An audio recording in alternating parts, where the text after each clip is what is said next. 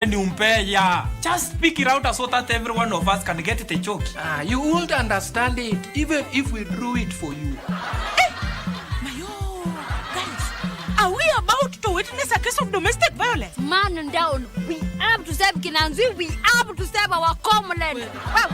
Listen, girlfriends.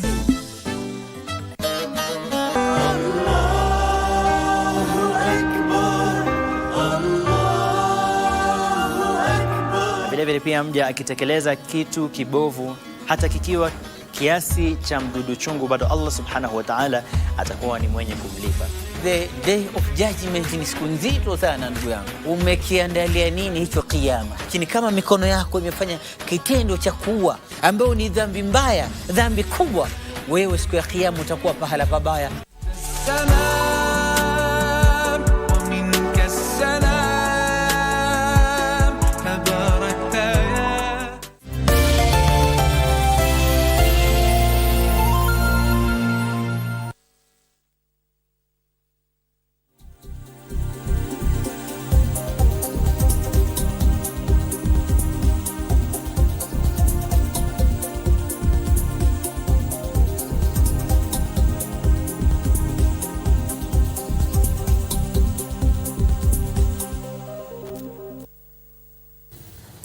Well, it is at that time of the season where impeachments are the order of the day. Today, all eyes will be on the Senate as Meru Governor Kawira Mwangaza fate is now lies in the hands of the 47 senators. As much as there are over 60 there, only the 47 elected senators will have the final say to ensure if she stays in office or she will be removed by way of impeachment. Good morning and welcome to the show. This is News Check.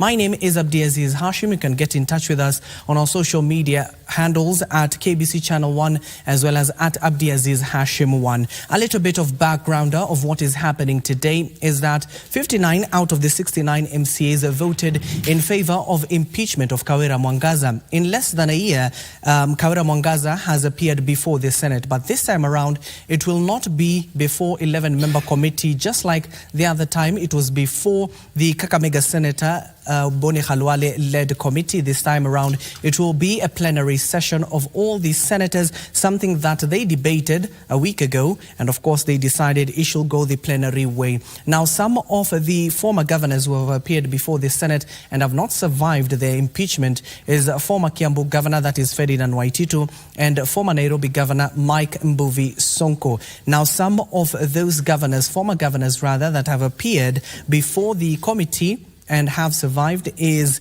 the former Wajir Governor Abdi Mohamud, but was later reinstated by the courts, and Governor Anne Waiguru Kirinyaga Governor, and currently she is the chair of the Council of Governors. She is the only one who has survived the impeachment by a committee way, but after the 2022 polls, Kawira Mwangaza has been able to survive in December last year. Will this prove to be another session where we saw the former Embu governor, that is Martin Wambora, was able to survive several impeachments by the county assembly? Even before it reached the floor of the Senate, he was reinstated by the court. Will Kawira Mwangaza exhibit those traits of having 9 lives? That is a matter of wait and see. The session will be back on at exactly 11 a.m. There was a little bit of a hiccup when they started at 9, lack of quorum, but we do understand some of the senators are currently held up in a meeting with President William Ruto at State House in Nairobi. That is the discussions that we'll be having this particular morning.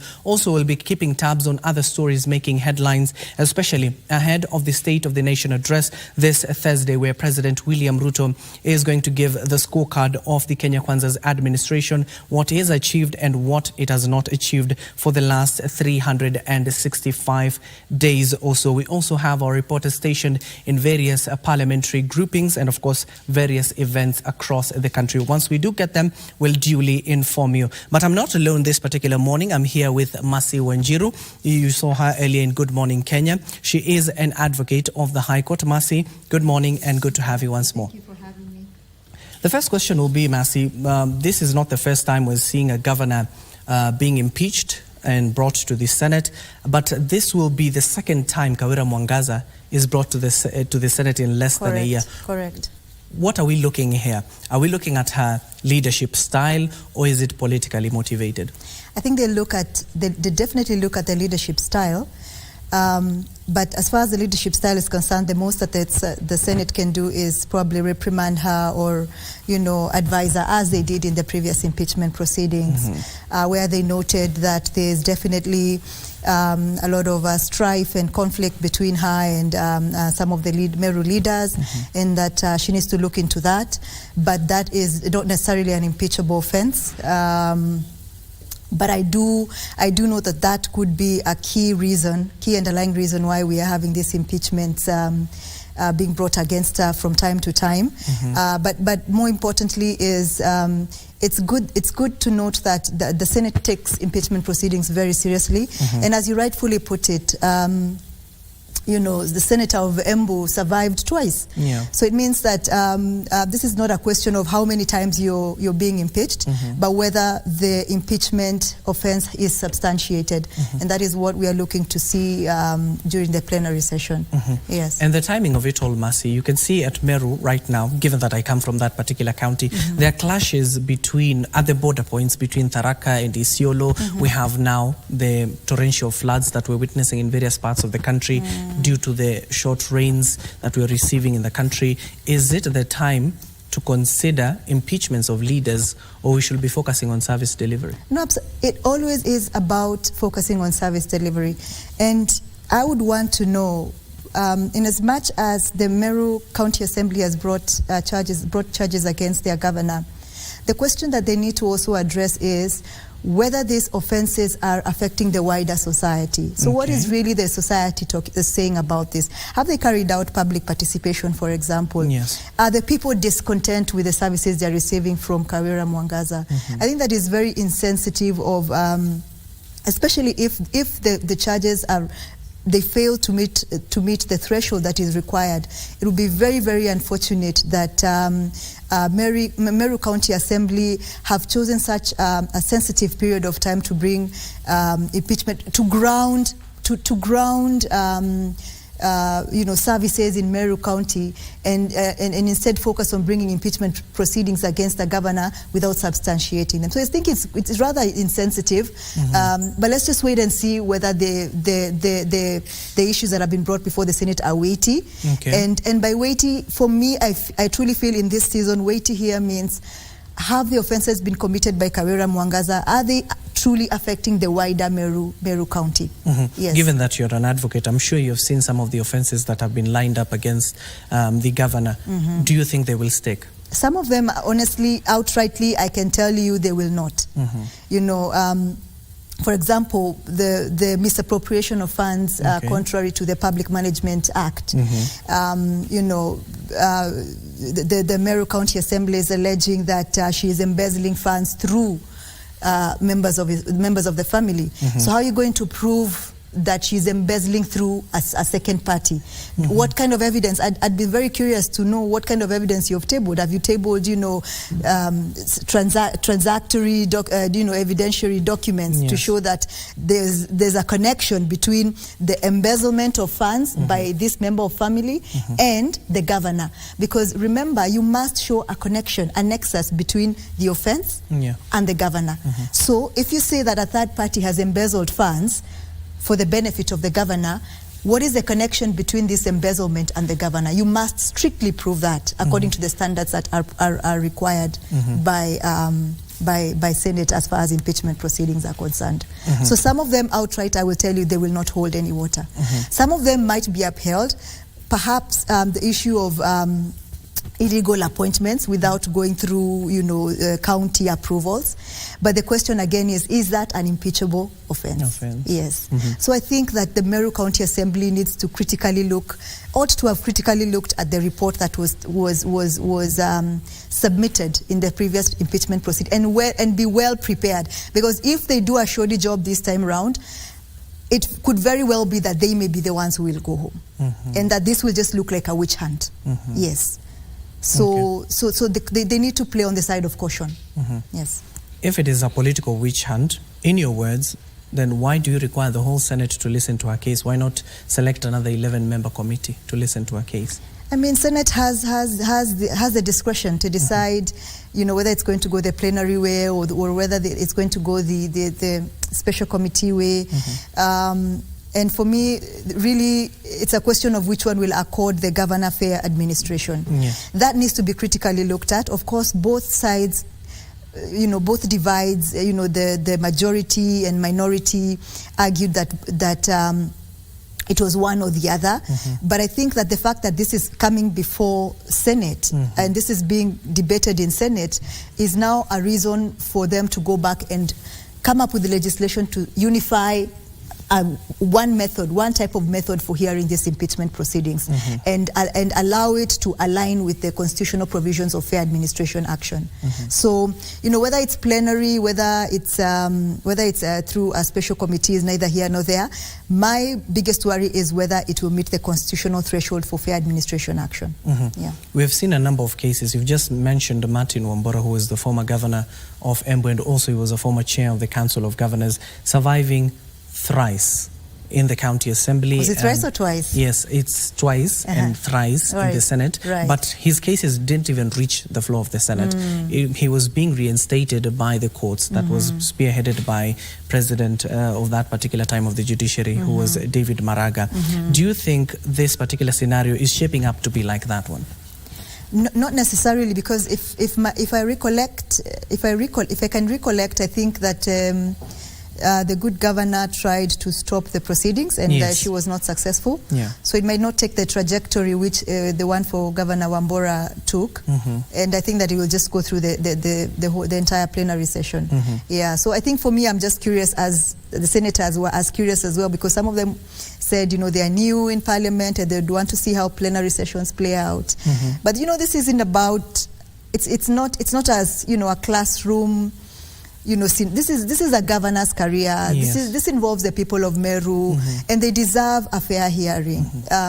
Who knows whether this governor is actually performing? You know, that's a bigger question. Is this governor actually performing, despite, you know, this subsisting wrangles between her and the members of county assembly? Is she actually performing, or this a personal vendetta that is being brought against her? So, you know, I think that the people of Meru deserve for there to be a fair, so for the truth to really be exposed in a fair and procedural way. Yeah, that's what they deserve. Viewers may be wondering as to why we are bombarding them with this impeachment trial that is even yet to start at the floor of the Senate. But given that you're an advocate, Mercy, if I am impeached today, what does that mean? Can I even lead a cow dung back there in a farm, back in my home, or be a chief or even a class prefect to that particular matter?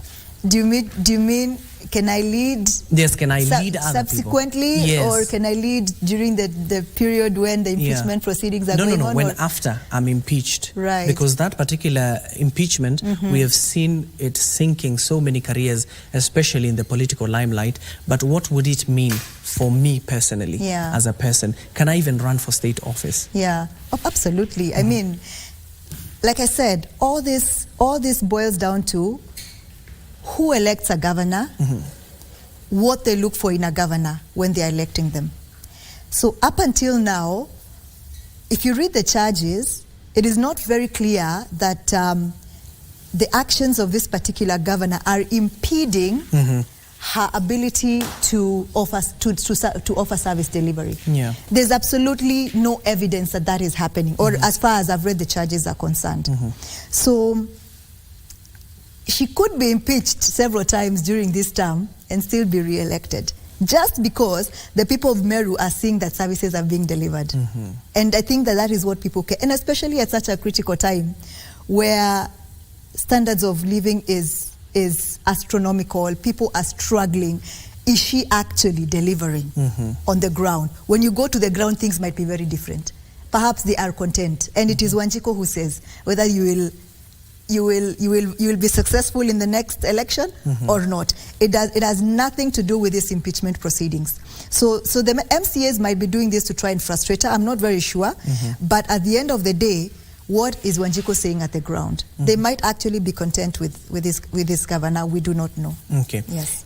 when it comes to the disbursement of budgets to the counties, I do know a certain portion goes to the county assembly, be it maybe 35%, but we have seen various county governors, when they appear before public accounts committees or CPAC, for that particular matter of the Senate, when they're auditing what they have been able to do with that particular budget, many of those governors exceed the constitutional threshold for allocating budgets to the county assembly. Would you say that that is a point of shielding themselves from what might come from the county assemblies in the way of impeachment? Yes, because always it really is about allocation of resources and giving a member of county assembly the opportunity to manage resources, because that is the only way that Wanjiku can test true leadership in this country. It is really not how articulate you are in your manner of debating. It is whether whether this particular MCA is disbursing bursaries, whether this particular MCA is able to lobby for certain roads to be constructed. So it could actually be the reason why some of these governors are surviving impeachment. You'd actually be surprised if you look in Kirinyaga that is actually what is happening. Okay. So you just need to have a good working relationship with the MCAs without necessarily going against the rule of law. Yes. Now, veering a little bit into politics, given I'm sure you're an avid supporter of politics and you follow it keenly. Sometimes. But there was an incident where the president and the deputy president, Rigathi Gachagua, they tried to intervene in that particular Meru case. They tried to solve in their own way. It will seem the MCAs and the governor were still not having it. We're still the same instances now in Kiambu County. I'm sure you've heard a number of MCAs want to impeach the governor, but yesterday they had a meeting with the deputy president. Would we say that this is the season now? We're entering the season of impeachments. I don't know whether we are necessarily entering the season of impeachment, but I think that now members of county assembly are becoming aware of their powers. Okay. And they are not now afraid to exercise their powers, as opposed to previously where they were still learning the ropes. Remember, devolution is still very young, and there have not been very many county assemblies. And so I think now is when they are flexing their muscles. Okay. So it may not necessarily be a season for impeachments, but I think it's a season of testing the waters. And it's also a season where they are fighting back, and they are calling for a change in legislation to allow them to have just as much authority and power as they see their colleagues, members of parliament, having. They have their own CDF, they have their own kitty. So they are trying to flex their powers, flex their powers to see whether they can have legislation changed in their favor. So I think that is what I'm seeing playing out here. Yeah. You've just said a critical word. They're looking for word fund. Let's say, for example, they're given that particular word fund and they do not rely on the governor to allocate them budget. Now that will mean the governors will be at the mercy of MCAs year in, year out. Yeah. Will that be the scenario? Let's just see what formula they will come up with when it comes to allocation of ward funds. Maybe it may not necessarily be the entire, county budget. I've not necessarily looked at any particular bills that have proposed this ward funds, but certainly I would not expect that the governor would, the governors would agree to allocating the entire county, budget to ward funds. Yeah. And I think that would be rather irresponsible thing to do, but because there's only so much that an MCA can do. What then would be the role of the governor vis-a-vis the MCA? So it may not necessarily be allocating the entire ward fund, but I think the time is ripe for that to happen. Sometimes there's a lot of bureaucracy when it comes to accessing those resources through the county level, and sometimes the person that you can actually access is your member of county assembly. So perhaps this needs to be relooked at critically. Yes. Is it also high time, Mercy, will be looking at the 2/3 or the threshold for impeachment of a governor, a county executive committee member? The reason why I ask this is because you saw an incident in Baringo where the CEC of roads was being impeached for personal hygiene and because of his beard. Is it the high time now when we look at the threshold of impeaching these leaders from office? I think it's high time to relook at the academic qualification. Really, surely this is now high time we now revisit academic qualifications, because where would an MCA come from? Attempting to impeach a CEC on those grounds. And remember, this is a CEC who, number one, they need there's certain academic requirements that they need to meet before they are appointed as a CEC. Whereas for an just a minute. Yes. Willie. Just continue. Yeah, so this is a CEO impeaching on a hygiene basis, and this is someone who has met the necessary academic qualifications. Yes.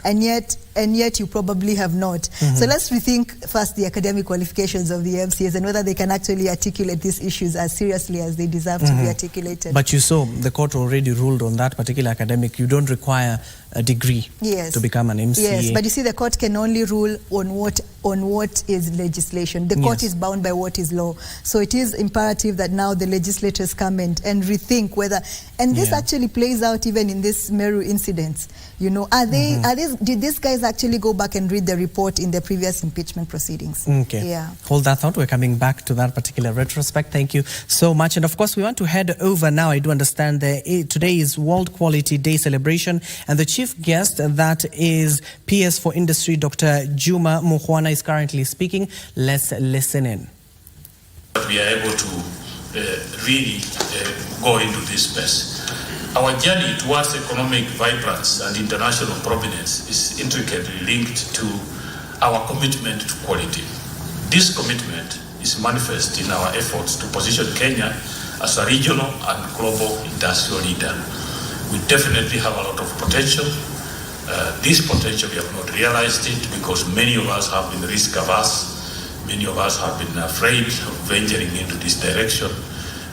And we would like to encourage you that this government is encouraging manufacturing. And we are discouraging, not because we hate anybody, but we are discouraging importation, especially of things that we can make here. And towards that line, we have also, I know that we have a levy that we are always fighting with come here. This financial year, we introduced something called the export levy. This is a levy that has been put on products that are being imported that potentially we can make. And through this levy, we are creating a fund. Currently, we are working towards creating something called the industrialization fund, which means that the more you import, the more we tax you, and when we use this money to create an industrialization fund. I always argue that I have nothing against the youths or women, but if we had a functioning industrial sector, then you will not need the women fund or the youth fund. What we are doing with the women fund is treating malaria with Panadol, because you have a fever. Just give you Panadol so that your fever can calm down, but the malaria remains with you. Why? The reason why we are giving the women a fund is because they are unemployed. The reason why we are giving the youth money is because they are unemployed. If industry was working, the women would be employed, the youth would be employed, they would not need a youth fund. And so my argument is that what we need is this industrialization fund. And we are at a very advanced stage. The little that we are collecting from the import levy, we are creating a fund where you and me can come and borrow 50 million. If you want to buy machinery from China to go into manufacturing, you can get 50 million at 5% for 25 years, so that you are able to buy your own machinery, so that you can move into manufacturing. So this is what we are trying to do with the industrialization fund. This is a fund that you can borrow 5 million, 10 million, 15 million, low interest, long term, so that, because if you go to the banks today and you're going to borrow your money at 15% for 5 years, there's no manufacturing you'll ever do, because most of the manufacturing returns on investment take 20 years, because the machinery is quite expensive, and this is where we are building it, and we do hope that you can join us. So we see this commitment not only in large-scale enterprises, but notably also among especially our micro and small enterprises. We are resolutely dedicated to nurturing a future where made in Kenya becomes synonymous with unparalleled quality. So we know that we have to buy Kenya, build Kenya, where government agencies are buying up to 40% of what they need from locally made products. But we think that space needs to be a little bit more vibrant. Every quarter, I receive from many of the government agencies a report of how much you have bought from made in Kenya. But I think that there is a lot of loopholes there. There is nothing that proves that what you are telling me is what you have bought. That's one. Two, we don't have a clear catalogue of what is made in Kenya.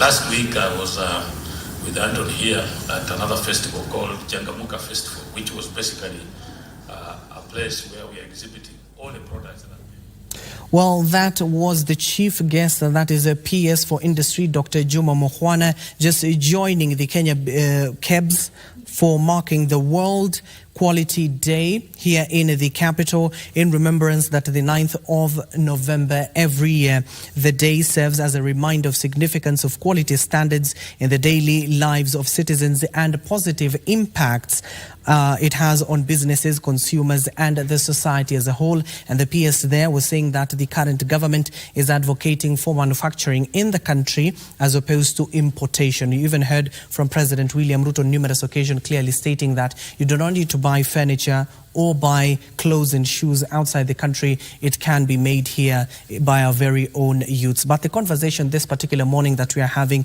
is concerning the impeachment of Meru Governor, that is Kawira Mwangaza. Earlier on we had a little bit of conversation with Mercy Wanjiru. She is an advocate in terms of what lies before the Senate, given that this time around Kawira Mwangaza will not be facing an 11-member committee as opposed to what she faced in December last year. This particular time it will be the whole senators. As much as there are over 60, only the 47 elected senators will have the final say. Will she survive or will she be impeached? That is just in a moment of 30 minutes or so. We'll go live to the Senate's proceeding. Right now we do understand it was a pre-hearing trial that is a closed door, and of course the media as well as the public will have an open view starting from 11 until tomorrow, when of course she will know her fate, if she will stay in her office or the deputy governor will have to step in before an election is conducted. But that was the other issue. Before we get to the threshold matter, Mercy,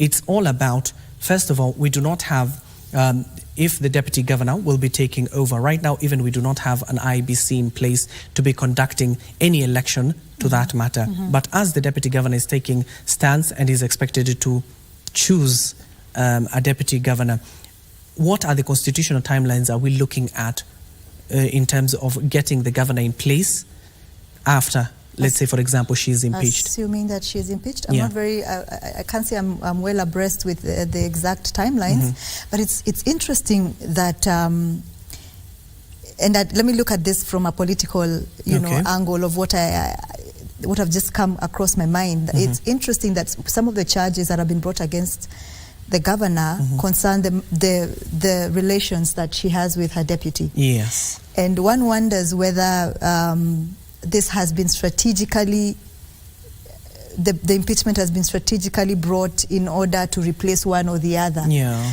Maybe this is now the preferred person to work with a member of county assembly or not. Because in the first instance, the deputy was in support of the governor. But right now, we can see even the deputy leading the forefront of saying that the governor lacks support from us as well. Yes, and one wonders whether that now has occasioned the rise of this second impeachment. I think just from a political angle, that it would be interesting for Meru constituents to sort of observe whether that is the reason why this impeachment has been brought to light. I'm not very sure about, I won't comment about the timelines. I was not prepared for that.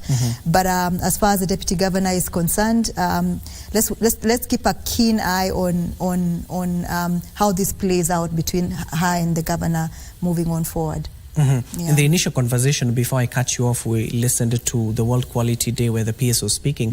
We were talking about threshold, which is very key. Should the governors be pushing for this, or should they allow the senators to draw a bill that they will bring before Senate so that it can be passed? Push for what exactly? The threshold, to increase the threshold of impeaching a governor, a deputy governor, and a CEC from office. Right. I mean, I don't see what the current threshold, whether there's any challenges as far as the threshold is concerned. But I don't think that the governors should necessarily participate in deciding what the threshold should be, because, I mean, obviously you can only imagine what threshold they've set for themselves, and that would defeat the role of oversight anyway. Yeah. So Senate has already pronounced itself on what the threshold is, and that has worked out in the various precedents. We have seen that happening in the various precedents, and I do not see that necessarily hurts the governors, because we have seen that Senate is taking this role very seriously and is looking very critically at the evidence tabled and the facts. So they should not necessarily be worried about, revisiting the threshold as far as I'm concerned. Yeah. Now, fast forward to this particular morning. We've just seen the speaker sitting in the house from 9 a.m. in the morning all the way to 9:30 that they're accustomed to come to the house, but they lacked quorum. Yeah. Should we be starting to read into that? Yes, we should start being worried about that, because when Senate retires to look at whether they need to unify the procedure for hearing impeachment, they need to look at the behavior of Senate in terms of quorum. How has Senate been behaving in terms of quorum? Are these people who have a habit of failing to attend, proceedings to discuss or to debate matters of national importance, such as this one? And so, if it comes across that the plenary has more shortcomings than the special committee, I think they need to relook at whether they would prefer one or the other. Yes, but then this particular challenge was raised during the debate for whether or not it should be plenary or special committee, and now we are seeing that it is playing out perfectly. There is no quorum. Senators have opted to go for a parliamentary group meeting at State House. Why they did not? Why I do not know the reason why they decided one or the other. I'm sure they knew, they had consulted their diaries and they knew what was supposed to happen today. So I do not understand where the conflict arose as far as quorum is concerned, but it is quite disheartening, because that goes to the root of whether or not it affects the fair administration hearing of this fair administration hearing of this particular matter. And this is something that actually the governor can actually challenge in court, that her constitutional rights were actually infringed. That's why I wanted to ask you, what her legal reprieve if she is impeached today? She certainly can raise the question that she did not receive a fair hearing. Let's just see whether this issue of quorum and whether subsequent other challenges that will come out during the plenary session will form a good basis for her to appeal the decision before the Senate. Because we have seen the courts playing a key role in the instance of former Embu governor, that is Martin Wambora. Absolutely. Also in the former Wajir governor, that is Mohammed Abdi Mohamud, who was reinstated by the courts itself. So if she does not get reprieve from the Senate, she can also seek from the corridors of justice. On certain grounds, absolutely. On certain grounds. Yes. And of course, now finally, as we wrap up this particular segment of the impeachment, what should her legal representation be looking at, aside from the charges leveled against Kawira Mwangaza? Unfortunately, they are only restricted to look at the charges that have been raised. They are restricted to looking at the evidence that has been tabled. They are perhaps they will probably, I foresee them raising a question of whether this issue has previously been decided by the Senate and what the Senate ruled in favor or against, specifically whether, for example, a legal appointment is an impeachable offense. So they're really restricted on the facts, the charges that have been tabled, the evidence, and whether it meets the standard of proof, and that is it. Yes. Lawyers are usually very linear and strict when it comes to how they handle their their matters. Okay. Yes. It is a matter of wait and see, and of course in the next 20 minutes or so we'll be heading over live to the Senate, of course, for that particular hearing. As we informed you, 59 out of 69 MCAs voted in favor of impeachment of Kawira Mwangaza. There are several charges leveled against her, including naming a road after her husband and of course nepotism in terms of appointment of county officials. Will those charges stick? That is a matter of wait and see. As I told you, there are over 60 senators, but the people who mostly count when it comes to voting are the 47 elected senators who will either hammer the final nail on her career coffin or save her for the second time, of course, proving that she might be exhibiting the traits of former Embu Governor Martin Wambora, that indeed she has 9 lives. Now, the other bit where we're discussing this particular morning is the upcoming State of the Nation address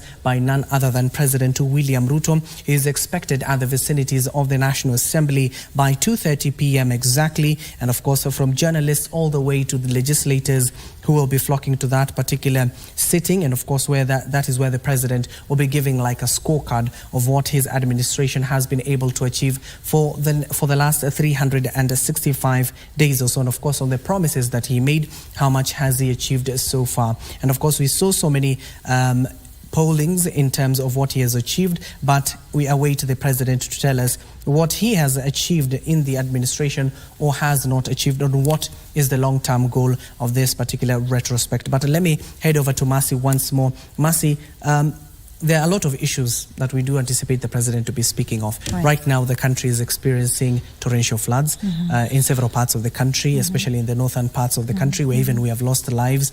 There is the issue of food production in the country. We are talking about the debt crisis that we're currently facing. What will even be the priority of this current administration when he heads over to address the nation? I think the priority is very clear: fuel prices, food security. It's always been recurring. Fuel prices, food security, energy. Energy is also a key issue that is definitely going to be discussed. Anything that really lowers the cost of living of Mwananchi is going to be discussed. I think unemployment, the rate of unemployment is going to be discussed as well. And I think those are the priorities. Question is whether the current administration has made any substantial, not even substantial, but has made any headway towards addressing this issue. We have seen some, some improvements here and there. And some of the challenges that the administration has faced are not necessarily occasioned by the shortcomings of the administration. Some are. So, let's wait and see what the president says concerning these particular key issues. Yeah. On those key issues, you've just said fuel, because fuel affects everything. You even heard what the Energy Cabinet Secretary Davis Chirchir yesterday alluded to. If the Hamas and Palestine war continues, it might even reach 300. But he said clearly in his own mouth that he hopes it does not get there. But what can the government do? Do you think this government-to-government fuel importation and export will at least alleviate us a little bit, especially at the pump? Yeah, I think it's very easy for blame to be shifted from time to time. Yeah. But I would assess a good cabinet secretary on the basis of how they can mitigate some of these risks. It is anticipated that the actions of one government can affect the other. But what role are you really playing when it comes to applying or implementing mitigating measures? So are we always going to be at the mercy of other governments perpetually? Because we do not know where we are headed as a global community. So we would like to know what kind of mitigation measures this particular CS has as far as energy is concerned. And I think people are tired of hearing that this is this has been occasioned by this government, this has been occasioned by this other government, and so our hands are tied. So why are you there as a cabinet secretary? How did you not anticipate that this would happen? So given that how we saw the Russia and Ukraine war played out and how it affected us. Given how we saw COVID play out and how it affected us. So this can no longer be a perpetual reason for why we are suffering as Kenyans. You need to come up with a solution. And I think that's what Kenyans just want. They want solutions. That is it. Yeah. And of course, as the president, let's say in his particular speech, he'll be giving recommendation to what is ailing various sectors across the country. Do we anticipate Parliament to take up from there, given that they oversight the national government? In what capacity would they take? In terms of oversight and ensuring all those key solutions that the government has stated it is implementing. If they actually play their oversight role as they should, then I mean that would play out perfectly. But we now see what happens with where the majority members of parliament come from a certain party, so that what is important is driving the party agenda and not necessarily looking into their oversight role. So I think that in a perfect scenario, if Parliament decided to engage their oversight role, then that would play out perfectly in terms of ensuring that what the president promises is actually actualized. But if they decide to play party politics, and they decide that they are going to support the president and overlook what the true role is at the expense of the common mwananchi, then we do not foresee that anything will change in the near future.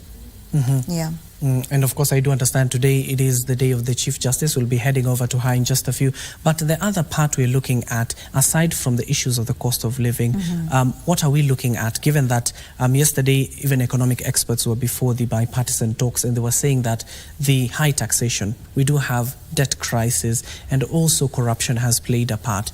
Do we think the president, first of all, will address the debt crisis that has plunged us to an abyss that we're even trying to get out of? And it's, the local debt, or is it local debt or international debt? The question is, why are we taking these loans? It always boils down to why we're taking these loans and whether the projects that we are allocating this budget are going to be sustainable, and they are going to, at the end of the day, they will, allow the country to begin to make enough income for them to sustain themselves.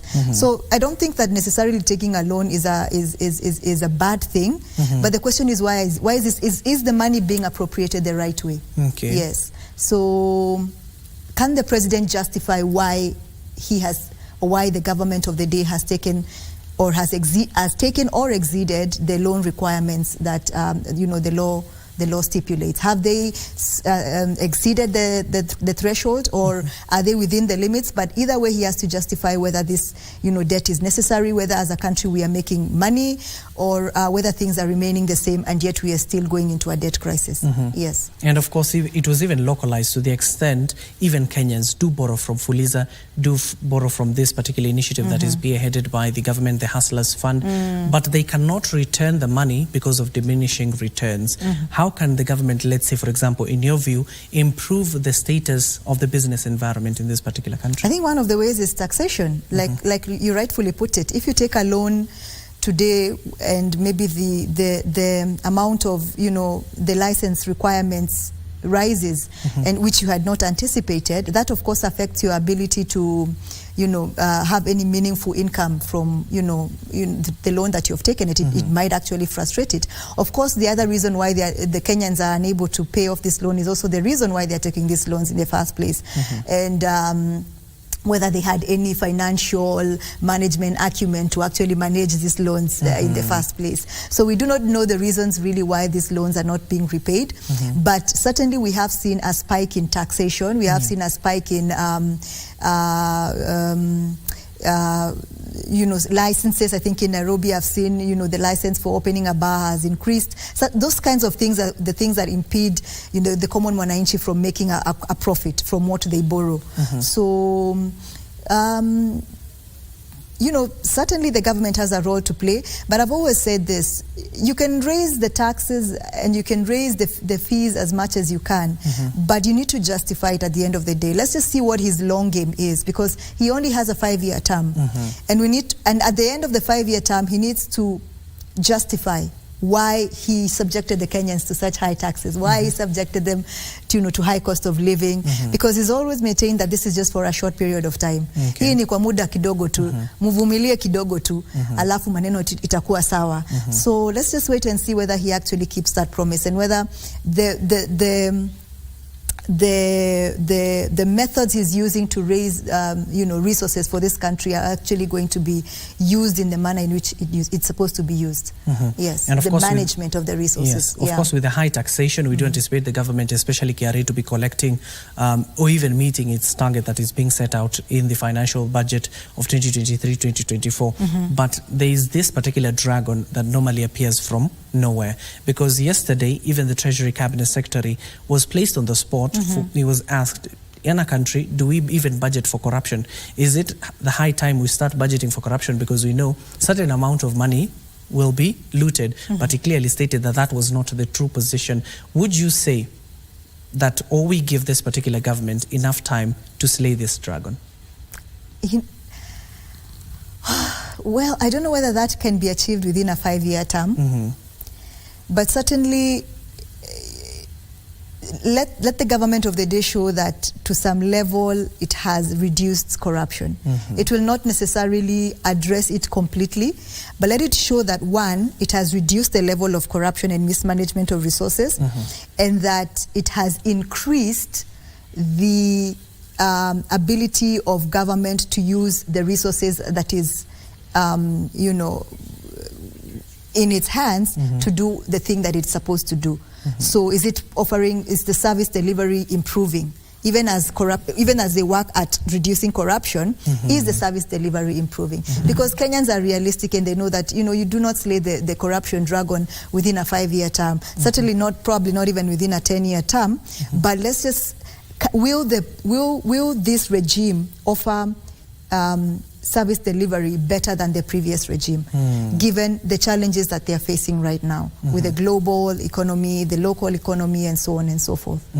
Like from the PS we've just heard, that was PS for Industry, Dr. Juma Mohwana, clearly stating that for us to even create more jobs in this particular country, we should be focusing in the manufacturing sector, which has suffered, especially due to COVID-19 and other external shocks. But we should be discouraging importation. Will that be achievable, and will that solve even that unemployment crisis in the country? It could, if those other external factors affecting manufacturing are addressed, such as energy. Energy is a huge factor that is affecting the ability of Kenyans, or ability of manufacturers to carry out their business profitably. A lot of industries have closed, and so people are wondering whether this is actually a profitable venture in the first place. Ideally speaking, that would be the way to go to increase employment, but whether the government will address or mitigate the issue of energy costs in favor of addressing these particular issues of manufacturing is another thing altogether. I do not think that it can survive high energy costs. Manufacturing cannot survive high energy costs. So let's see what the CS for Energy is going to do about that, even as they anticipate on trying to work on improving the manufacture sector. And of course, we've even seen the president, especially when it comes to his foreign relations with other countries, especially in Africa, he has been an avid supporter of climate change. We have had the first ACS 2023 that was hosted here in the capital, and there is that Nairobi declaration that will be, he will spearhead in COP28. Do you think the government is right to move that, to that particular way of leveraging economically on carbon credits that it was clearly stating in the ACS 2023? Absolutely, why not? We've always maintained that Africa is the continent that is actually emitting the lowest carbon emission. And to that end, the other global, the countries from the other global community needs to take responsibility, and that came out clearly. And I appreciated the fact that the president came out strong in actually holding them accountable. They not only need to make pledges as they have in the past, but they actually have to meet these pledges, because they are responsible for the carbon emissions more than we are as Africans. So I personally support whatever endeavors the president has to spearhead the climate agenda, if if he is going to extend the conversation that we had here in Nairobi, which led to the, the declarations that we made. I 100% support it. I think that the global community need to be held accountable. What we have seen in the past is they making a lot of pledges here and there, but none have been met. And that has actually been, there's a unified voice from other African nations that has been happening, and that needs to change. So we need to make them accountable for what their role is. And of course, with green economy comes green jobs. At the end of the day, we even saw the president in that infamous yellow motorcade that he was driving to and from back to State House. Do you think in the automaking sector, Kenya will even leverage more, given that you even saw president launching electrical motorbikes in the country? Is that an industry to tap into, especially right now? Absolutely. With that comes a lot of other industries. We're looking at, service stations coming up, and more people being employed. I have not critically looked at, the feasibility of electric motor vehicles vis-a-vis the petroleum ones. I saw Donald Trump really trashing. Especially reducing traffic in the capital. Yes, so I haven't looked critically at the feasibility of that project, but, we need to look at it critically before we decide whether this is for us or against us. And of course on the manufacturing sector. But aside from that, his foreign relations, we have seen him visiting numerous countries. We have seen him, especially recently in Saudi Arabia, where he clearly stated that he has secured a deal where 350,000 Kenyans will be able to go there, given that we are hardworking people and work in that particular retrospect. But unemployment, will that solve it? It may solve it, but we also need to look at the quality of employment we are securing for our Kenyans. We have not had a very good experience with people working in the Gulf countries. We have now specific department for diaspora affairs. I'd be very keen to see what kind of policies and legislations the PS for diaspora affairs will put into place to safeguard the interests of Kenyans living there. So it's one thing to be able to send Kenyans to the Gulf to work, but what's the quality of jobs you're securing for them? What is the are they safe? Are Kenyans safe, or do we expect to bring them back in body bags? So it's good for them. It's good that the president is negotiating these jobs for Kenyans, but at the same time, let's also look at the labor conditions that are being offered for black people and for Kenyans in these Gulf countries. Are they negotiating, good, just as good terms as, other Asian countries are when they are in these Gulf countries? I hear, people like Filipinos are getting a better deal than Kenyans, such in certain scenarios. So are we negotiating the best deal for Kenyans, as opposed to just, you don't have a job here, so just go and see what you can get out there. So what exactly is the nature of this deal that he has negotiated is the bigger question. Quickly, let's come back here to the country as we await that particular session of the Senate. We have seen floods in various parts of the country. Is it high time now the president declares it a national disaster? What qualifies, floods to be declared national disaster, I don't know. But had they not anticipated that this would happen? Did they not have a budget for this?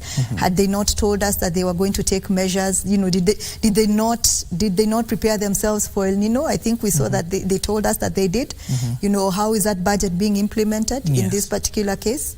All eyes are on government to see what happened to that money. We saw, I don't know, they said they'll come with speedboats. We would be using speedboats the governor clarified. He said there were no speedboats in Nairobi. So they did tell us that there was a budget that was set aside for mitigating, the risks that will come with floods, El Nino being, I think, worse than what we're seeing right now. So what mitigation measures are now being put into place for such a scenario? This is now what triggers those mitigation. If there indeed are floods which can occasion, a matter of national disaster, this is now what triggers now the country to look into the mitigation measures that they had, given that they were prepared anyway. They were prepared beforehand. So let's now see how that will be implemented, whatever mitigation measures that they had put in place. This went, I think, through cabinet, and I think I saw the cabinet dispatch concerning that. So let's just see how that that plays out. Yeah. And of course, it was something that was discussed truly in the cabinet. But the other issue is we do anticipate also the president to be talking about the doctrine of separation of powers, especially when it comes to the judiciary. How do you find, especially from the legal side, this current administration when it comes to court orders?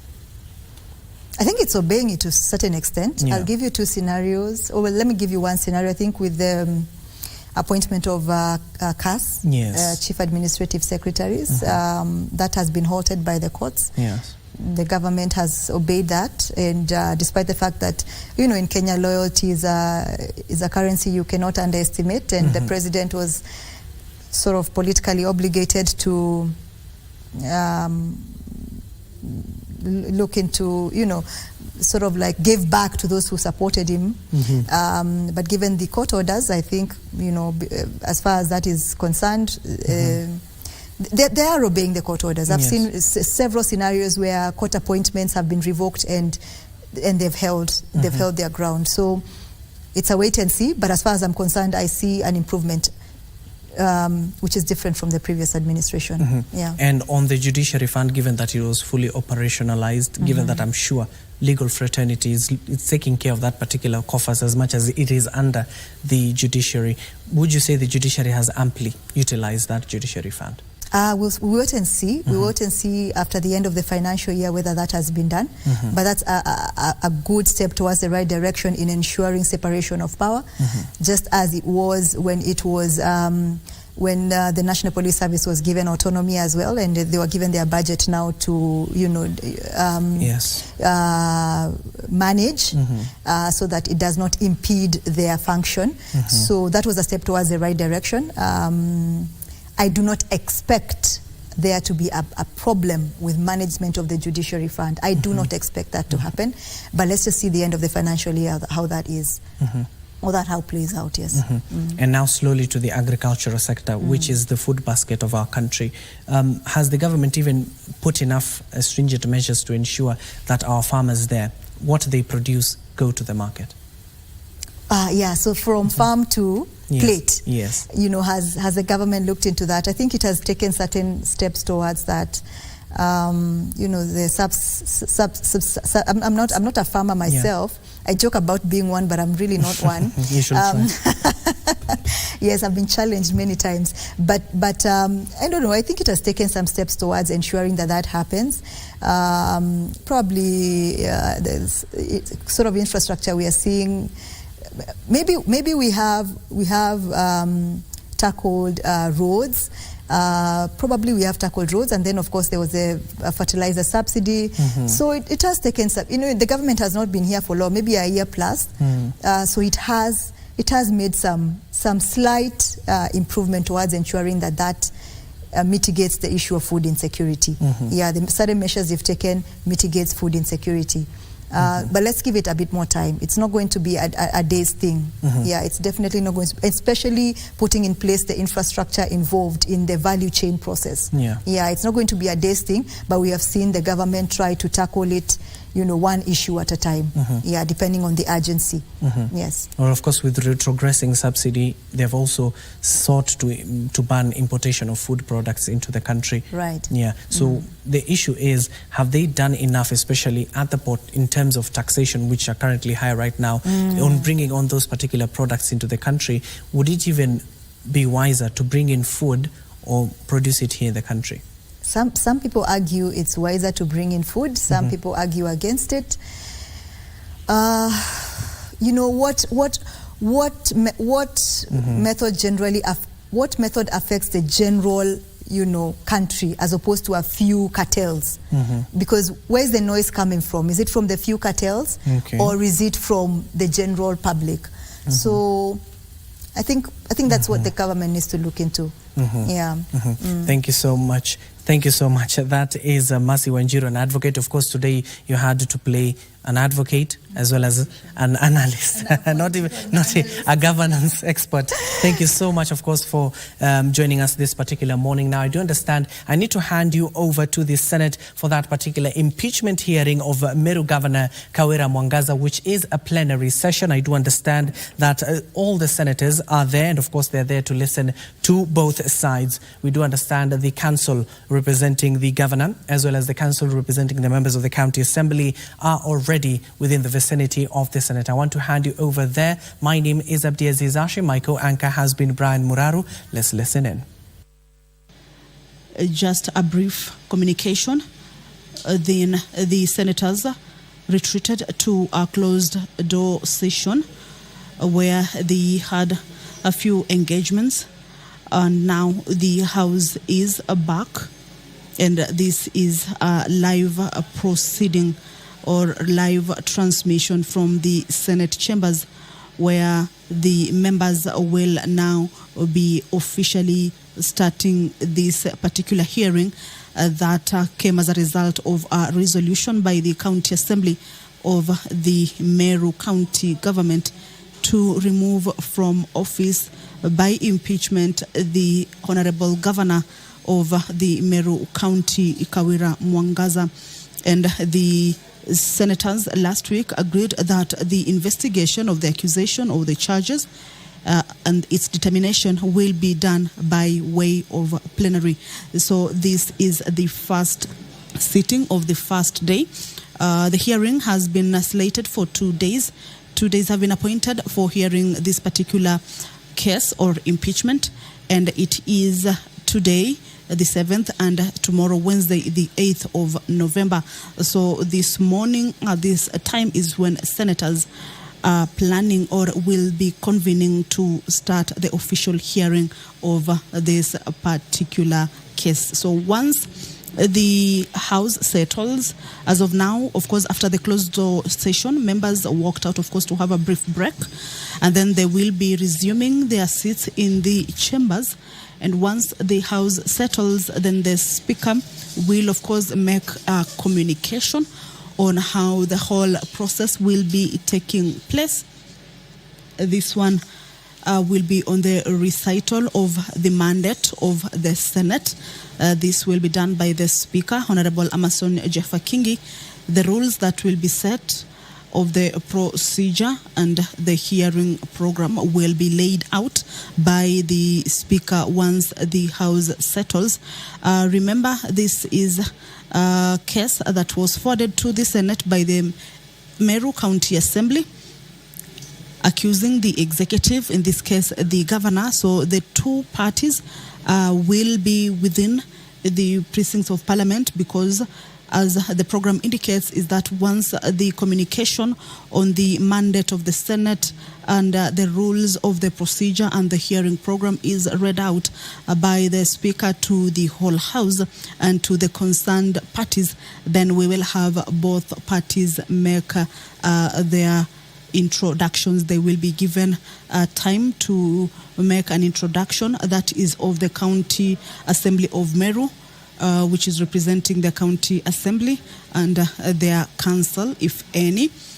And of course, we will also see the introduction of the Governor of Meru County and the council representing the governor, if any. Just to